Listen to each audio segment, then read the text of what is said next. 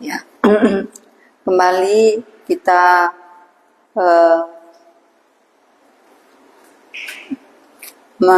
membaca firman Tuhan. Kalau kemarin kita sudah merenungkan tentang siapakah penolong hidupku, ya, bahwa Yesus itu adalah penolong hidupku. Ya. Jadi kemarin kita sudah merenungkan bagaimana seorang kepala rumah ibadat, anaknya baru saja meninggal, tapi dia datang kepada Tuhan Yesus. Jika engkau meletakkan tanganmu atas anakku, dia pasti akan hidup. Padahal anaknya sudah mati. Dan juga seorang perempuan yang sudah 12 tahun pendarahan, ya. Asalku jamah jumbai jubahnya, maka aku akan sembuh. Ini terlihat betapa berimannya orang ini, ya. Padahal kalau sudah mati kan secara manusia tidak mungkin lagi hidup. Tapi jika engkau meletakkan tanganmu atas anakku, dia pasti akan hidup. Baru saja dia mati, dia katakan. Demikian juga perempuan yang sudah 12 tahun, ya, pendarahan. Dikatakannya dalam hatinya, jika ku jamah saja jumlah-jumlahnya, pasti akan aku sembuh. Inilah dalamnya, ya, iman mereka, ya. Iman kedua yang apa yang kita boleh renungkan tadi malam, ya. Inilah bentuk iman mereka, apa yang tidak mungkin, yang mustahil bagi manusia, tapi dia sungguh beriman kepada Tuhan Yesus. Kita akan merenungkan kembali malam hari ini dari Matius pasal 11 ayat 25 sampai dengan 30. Yesus adalah penolong hidupku. Sebelum kita merenungkannya, kita berdoa. Tuhan Yesus, Engkaulah penolong dalam hidup kami. Engkau mengundang kami supaya kami datang kepadamu, karena ada jaminan yang Engkau dapat berikan kepada kami. Tuhan, tolonglah kami supaya kami beriman percaya kepadamu, dan datang dan berseru kepada Engkau, sehingga apa yang menjadi jaminan, apa yang akan menjadi bagian kami, ini dapat Kau berikan kepada kami. Terima kasih Tuhan Yesus, berkati kami semua, di mana saja pun kami berada. Amin. Matius 11 ayat 25 sampai dengan 30. Di sini, ya, dikatakannya pada waktu itu berkatalah Yesus, ya. Aku bersyukur kepadamu Bapa, Tuhan langit dan bumi, ya, karena semuanya itu Engkau sembunyikan bagi orang bijak dan orang pandai, tetapi Engkau nyatakan kepada orang kecil. Karena semuanya itu, semuanya pernyataan kebenaran tentang Allah itu, ya, Engkau sembunyikan kepada orang bijak dan pandai, tapi Engkau menyatakannya kepada orang kecil, ya. Tapi Engkau menyatakannya. Makanya kalau bukan pernyataan Allah menyatakan kepada kita, kita beriman, kita percaya, tidak mungkin kita bisa dapat beriman dan percaya akan kebenaran yang Allah katakan kepada kita, iya. Tidak mungkin, ya. Ini seakan-akan Bapa dan Tuhan Yesus berbeda, ya. Karena Yesus itu adalah Allah yang menjadi manusia. Kalau di Yohanes 10 ayat 30 dikatakannya Bapa dan Aku adalah satu, ya. Yohanes 14, ya, ayat berapa itu, ya? Dikatakan jika engkau, itu kan pernyataannya kepada Thomas, jika engkau telah melihat Aku, maka engkau telah melihat Bapa. Iya.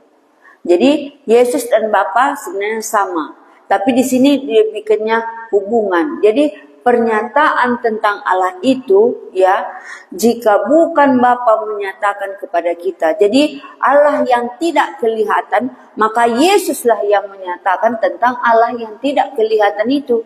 Kalau enggak, bagaimana manusia bisa mengenal Allah kalau tidak ada pernyataan daripada Yesus? Maka Yesuslah Allah yang menjelma menjadi manusia, menyatakan tentang Allah Bapa yang tidak kelihatan itu, sehingga manusia bisa mengenal Allah. Ya, makanya dikatakan ini, aku bersyukur kepadamu Bapa, Tuhan langit dan bumi, karena semuanya itu engkau sembunyikan. Jadi bisa kita bilang, kenapa aku nggak beriman? Banyak aku tahu ya. Atau kawanku ini kok nggak beriman? Tapi banyak dia tahu. Karena tersembunyi, bisa tersembunyi. Kalau bukan Tuhan itu membukakan, menyingkapkan, ya. Maka waktu murid-murid pun berjalan, waktu Tuhan membuka tabir penutupnya itu, maka mereka mengenal Yesus. Iya. Makanya dikatakannya, aku bersyukur kepadamu Bapa Tuhan langit dan bumi, karena semuanya engkau sembunyikan bagi orang bijak dan orang pandai, tetapi engkau nyatakan kepada orang kecil. Orang kecil artinya orang yang sungguh tergantungnya, senantiasa mohon ya pertolongan daripada Tuhan. Tapi orang bijak dan pandai, orang yang pintar, ya kadang-kadang dia rasa dengan kepintarannya dia bisa tahu Allah. Tapi bisa orang pintar dan bijak itu tidak beriman kepada Tuhan Yesus. Tapi kita yang sederhana, bisa kita beriman kepada Tuhan Yesus. Ya. Karena engkau sembunyikan, dia sembunyikan. Jadi kadang-kadang kita sebagai manusia kita pikir, itu bisa, aku gampang, aku tahu itu. Kalau bukan Tuhan menyatakannya, kita tidak mungkin bisa beriman. Ya, kita tidak mungkin tahu kebenaran sesungguhnya tentang Allah itu sendiri. Ayat 26 dikatakannya, Bapa, itulah yang berkenan bagimu. Berkenan bagi Allah tadi, itulah berkenan bagimu. Iya. Dia menyatakan kepada orang kecil yang lapar dan haus akan kebenaran. Apa ya? Bagaimana ini ya? Iya. Dia rindu mencari tahu akan kebenaran Allah. Iya. Tapi orang yang seakan-akan sudah tahu semua, pasti Tuhan tidak akan menyatakannya.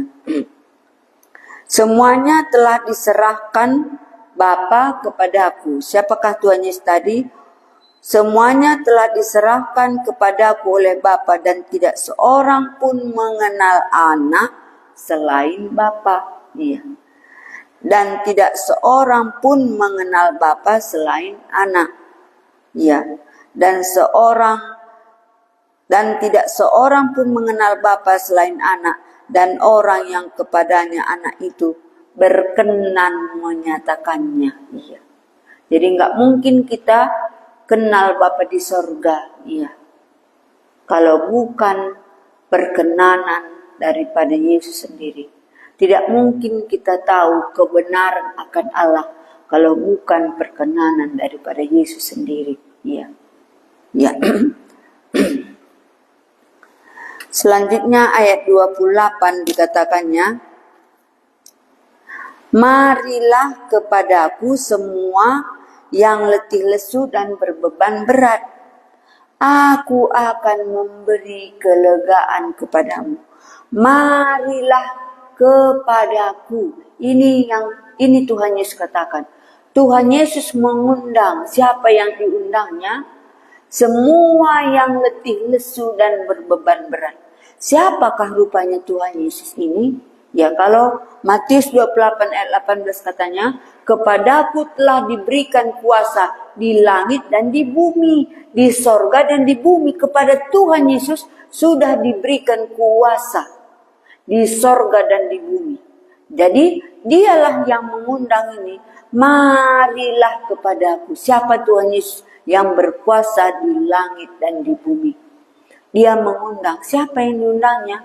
Semua yang letih lesu dan berbeban berat. Apa yang dapat diberikannya kepada kita kalau datang kita kepadanya? Maka aku akan memberi kelegaan kepadamu. Kelegaan, ya. Tuhan Yesuslah yang dapat memberi kelegaan. Tuhan Yesuslah sumber kelegaan itu. Maka aku akan memberi kelegaan kepadamu. Ya. Perempuan yang 12 tahun pendarahan itu pasti sudah tertekan sekali dia. Mungkin sudah hampir-hampir dia putus asa. 12 tahun, bayangkanlah Bapak Ibu Saudara sekalian, kalau aku itu merenungkannya. Kalau di Injil lain katanya, dan sudah habis hartanya, dihabiskannya, dan sudah dia datang kepada berbagai tabib, tapi tidak juga sembuh. Kurasa dia sudah putus asa. Tetapi sebelum Matius pasal 11 ini, di situ Tuhan Yesus sudah mengadakan mukjizat, menyembuhkan mertua Simon Petrus, menyembuhkan yang penyakit kusta, ya. Kurasa disitulah dia beriman dan percaya kepada Tuhan Yesus, ya. Letih dan lesu, bayangkan saja 12 tahun pendarahan. Dan ini adalah penyakit yang najis, yang seperti tadi malam kita katakan bahwa dia kebaik Allah pun tidak bisa, karena inilah penyakitnya, ya. Betapa tertekannya hidupnya, ya. Dialah datang kepada Tuhan Yesus, ya. Demikian juga kepala rumah ibadah ini tadi. Anakku baru saja meninggal. Anak perempuannya baru saja meninggal. Dia letih lesu, dia datang kepada Tuhan. Marilah kepada aku. Dia datang. Jadi bagaimana kita lihat? Kurasa lega kali dia, ya. Anak yang mati waktu Tuhan Yesus menjamah dia. Maka hai anak, bangunlah, katanya. Bangun anaknya. Waktu perempuan yang 12 tahun itu menjamah juga itu buat Tuhan Yesus. Seketika itu juga berhentilah pendarahannya. Iya.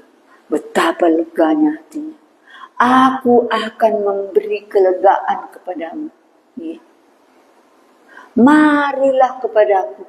Siapa yang mengundang ini? Yang berkuasa, Allah yang berkuasa di langit dan di bumi. Diundangnya kita. Siapa yang diundangnya? Kalau aku letih lesu dan beban berat, akulah yang diundangnya. Ya. Datang kita kepadanya. Kalau aku berbeban berat, datang aku kepadanya. Ya. Aku datang kepadanya. Aku mendapatkan kelegaan. Kalau aku, ya Bapak Ibu Saudara sekalian, aku saksikan bagaimana suami menemani suami hampir 6 tahun sakit. Sekarang aku renungkan, bagaimana aku bisa menjalani itu semua. Itulah karena Tuhan memberikan aku kekuatan, kelegaan untuk menjalaninya. Disitulah semakin aku yakin, kita yakin bahwa Yesus inilah sumber kelegaan setiap orang. Tapi kenapa orang tidak datang?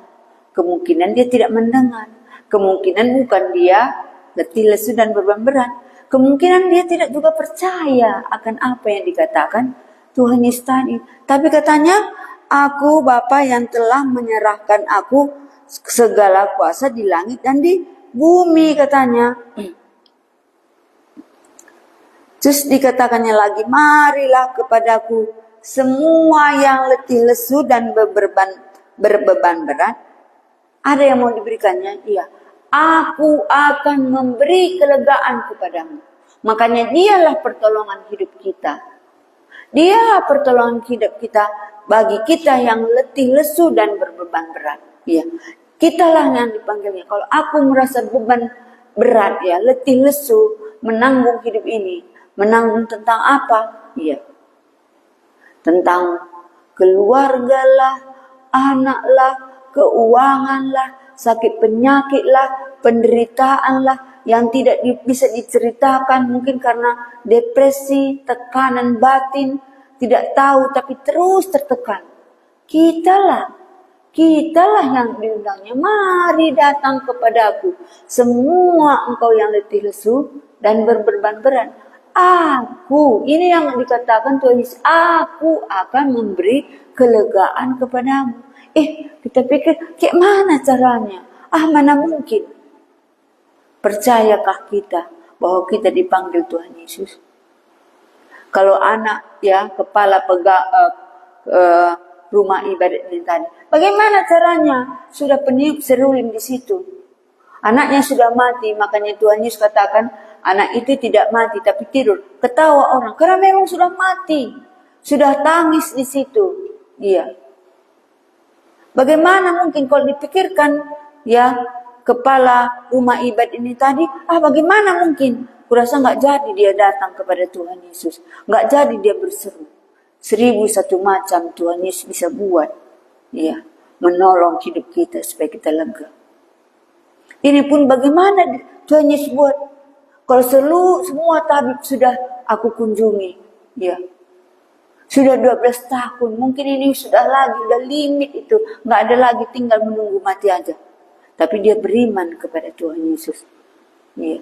Jangan kita pikirkan menurut pikiran kita. Tuhan Yesus itu Allah berkuasa di langit dan di bumi.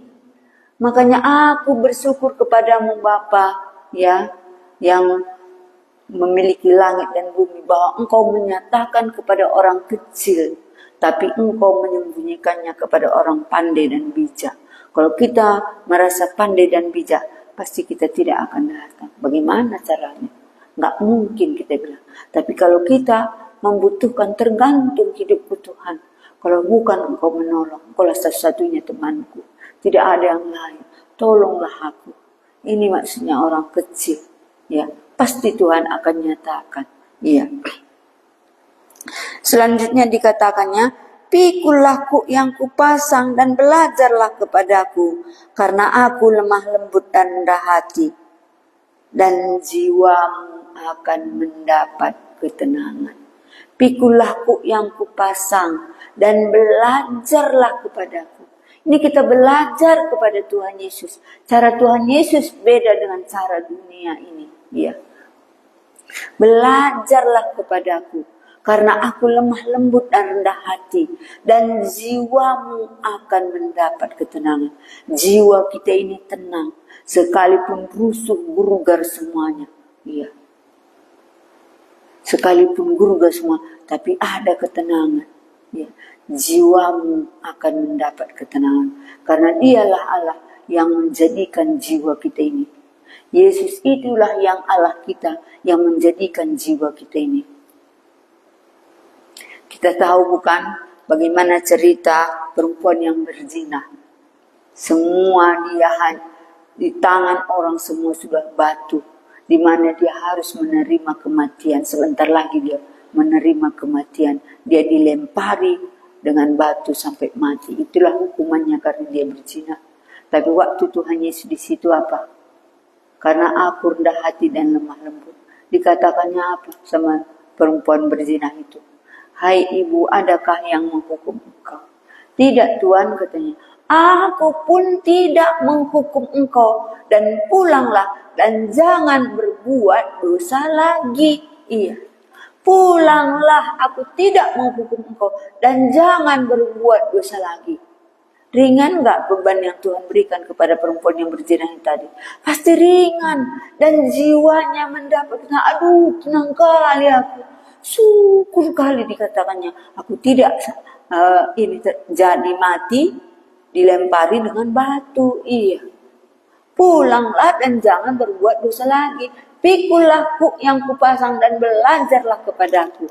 Karena aku rendah hati dan lemah lembut. Dan jiwamu akan mendapat ketenangan. Sebab yang kupasang itu ringan dan enak dibawa. Ringan dan enak dibawa.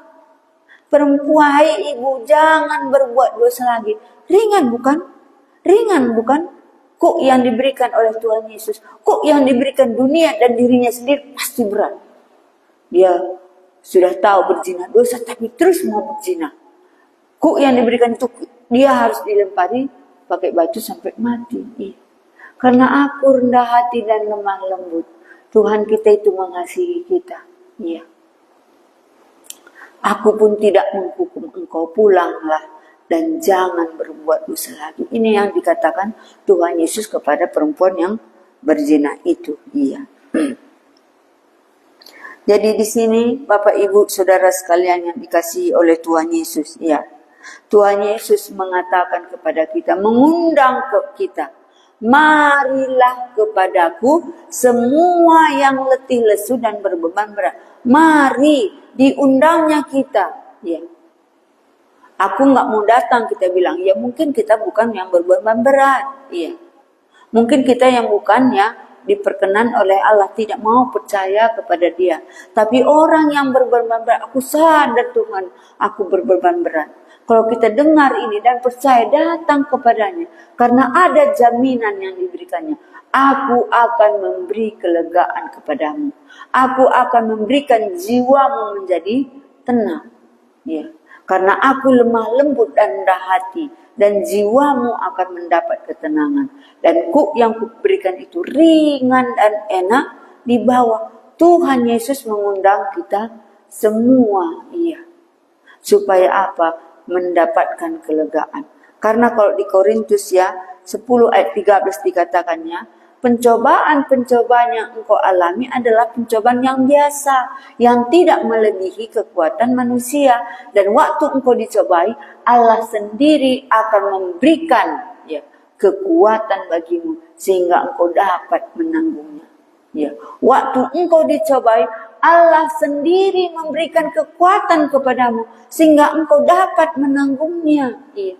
Aku kurasakan sekali Tuhan Yesus itu memberikan kekuatan bagiku sehingga aku dapat menanggungnya. Iya. Bapak Ibu, pengalaman saya bukan pengalaman yang singkat, 6 tahun, hampir 6 tahun ya. Sebagai istri yang punya suami yang sakit. Menemaninya, ya, menghadapinya, kita belas kasihan, capeknya. Tapi aku lihatnya pencobaan yang biasa dikatakan. Dan waktu engkau cobai, Allah sendiri akan memberikan kekuatan. Ada kekuatan. Ya. Kalau bukan kekuatan daripada Tuhan, pasti setiap kita waktu menghadapi pencobaan, pasti kote nina. Kote kita bana. Ya. Tapi waktu kita mengalaminya, Allah sendiri memberikan kekuatan jalan keluar bagi kita sehingga dapat kita menanggungnya. Maukah kita datang kepada Tuhan Yesus? Datang berserulah kepadanya. Bagaimana perempuan yang sudah 12 tahun pendarahan. Bagaimana ya seorang kepala rumah ibadat tadi, anaknya sudah mati, tapi dia percaya ya, Yesus itulah yang berkuasa di langit dan di bumi. Kepadamu sudah kuberikan segala kuasa di langit, di sorga dan di bumi. Ya. Kiranya Tuhan berkenan kepada kita sehingga membuat kita percaya, yakin, beriman kepadanya akan apa yang dikatakannya. Marilah kepadaku semua yang letih lesu dan berbeban berat. Maka aku akan memberi kelegaan kepadamu. Pikullah yang kupasang dan belajarlah kepadaku. Karena aku rendah hati dan lemah lembut, dan jiwamu akan mendapat ketenangan. Sebab yang kupasang itu ringan dan enak di bawah. Dan sebab yang kupasang itu enak dan bebanku pun ringan. Mari kita berdoa. Sekali lagi kami bersyukur kepadamu Allah kami. Kalau kami engkau berikan perkenanan bahwa kami bisa percaya kepadamu, memiliki iman kepadamu, bahwa engkau akan menjamin, memberikan kelegaan kepada kami, dan jiwa kami tenang waktu kami ya memiliki beban yang berat ya. Engkau memanggil setiap kami. Tuhan, juga aku berdoa kepadamu supaya Tuhan memberikan iman juga kepada kami ya, supaya kami mempercayai apa yang engkau katakan sehingga kami boleh datang kepadamu dan memberi jaminan yang engkau berjanjikan kepada kami. Maka engkau akan memberikan kelegaan kepada kami dan jiwa kami mendapat ketenangan. Terima kasih Tuhan Yesus. Amin.